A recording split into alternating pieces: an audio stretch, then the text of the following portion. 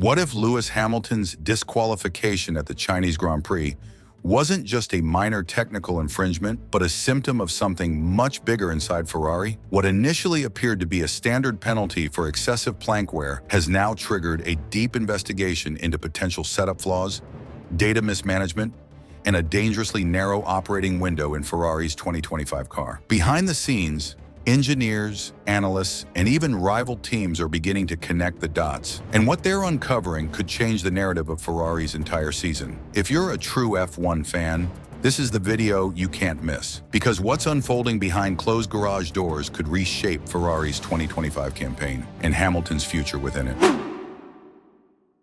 The weekend looked like it had been salvaged. Hamilton finished 6th, Leclerc came home 5th. After a rough start to the season, Ferrari finally had some solid points in the bag. Then came the blow: double disqualification. Hamilton for excessive plank wear, Leclerc for being underweight. What looked like rookie errors from a top-tier team suddenly revealed much deeper cracks beneath the surface. So how did Ferrari get it so wrong? And what do the data say about the true root cause?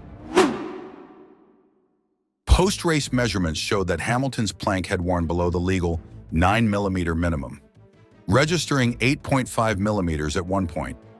Ferrari accepted the decision and confirmed there were no mitigating circumstances. But was it just a simple miscalculation, or is there more to it? What we're about to uncover suggests this wasn't an isolated error, but one rooted in the very start of Ferrari's season.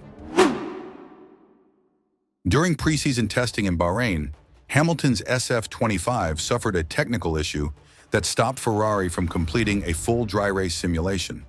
This left the team without critical data on how the car behaves with heavy fuel loads over a long stint on a dry track. Fast forward to Shanghai, the first full dry Grand Prix Hamilton completed this season, and it's likely Ferrari used height settings that were too aggressive, unaware of the real-world impact on plank wear. Ironically, Hamilton's sprint race win may have backfired. The short format, with lighter fuel loads and reduced tire degradation, doesn't expose the same weaknesses. Ferrari may have taken that performance as confirmation that the setup was safe and kept the same low ride height for Sunday's race. It was a misjudgment that ended in a disqualification. And the situation with Leclerc? That's a whole other issue. Leclerc damaged his front wing early in the race. The team replaced it before post-race weighing, which is allowed. But even with the heavier replacement part fitted, the car came in 1 kilogram under the minimum weight. That suggests something in Ferrari's original calculations. Either fuel or component weight was off.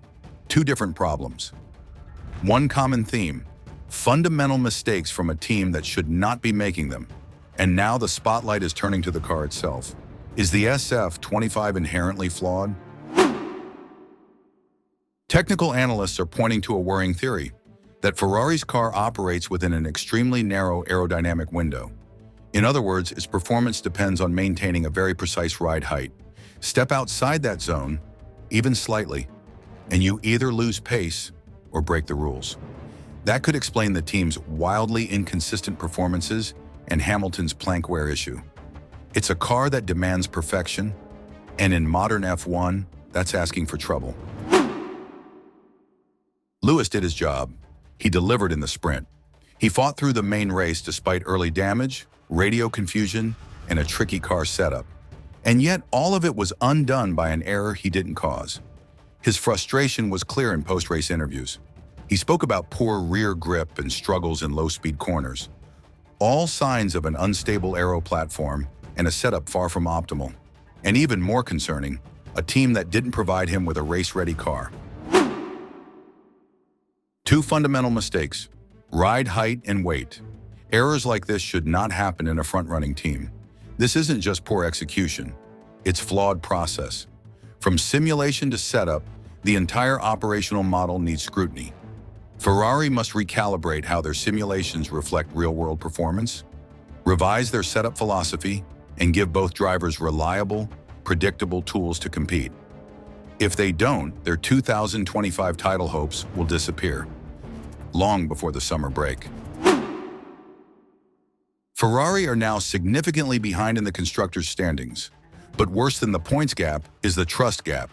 Hamilton joined the team to make history, to fight for an 8th world title. But his belief in the project depends on the team delivering a car that's not only fast, but compliant, consistent, and stable. In F1, details decide everything. And right now, Ferrari are losing those details, week after week. The season can still be saved, but the window is closing fast. Hamilton's disqualification in China might look, on the surface, like a routine technical penalty.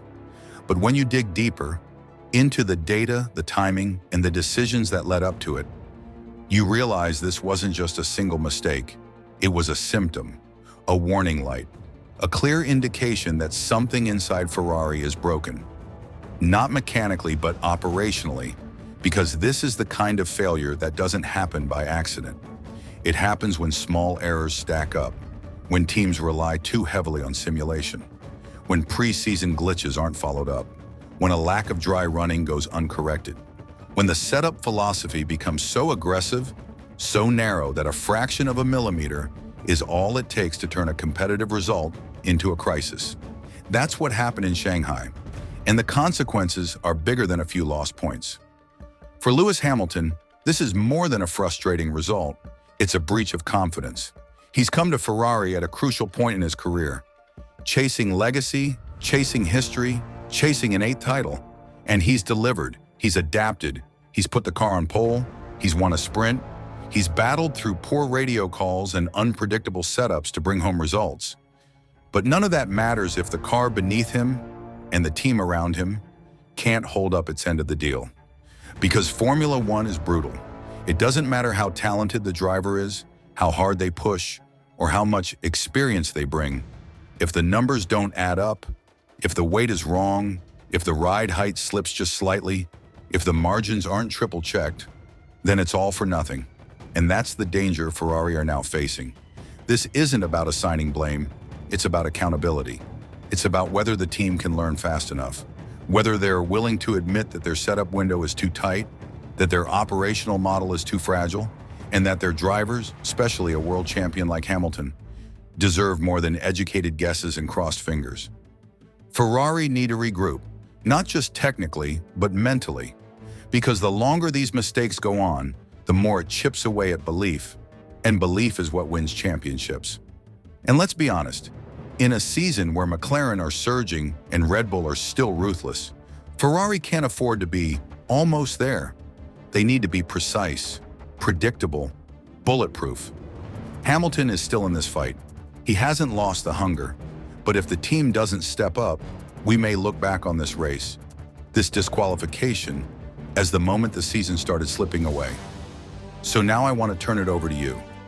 Is this just growing pains in Hamilton's first year at Ferrari, or a sign of deeper flaws in the team structure? Can Ferrari recover in time to give their drivers the tools they need to win? And more importantly, how long will Hamilton's patience last if these issues continue? Let us know in the comments.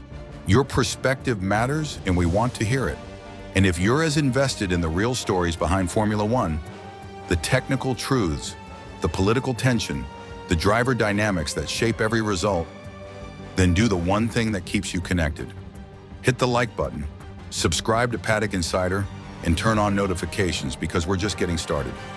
This season is already full of drama, and the biggest moments often happen off the track. Thanks for watching, and we'll see you in the next one.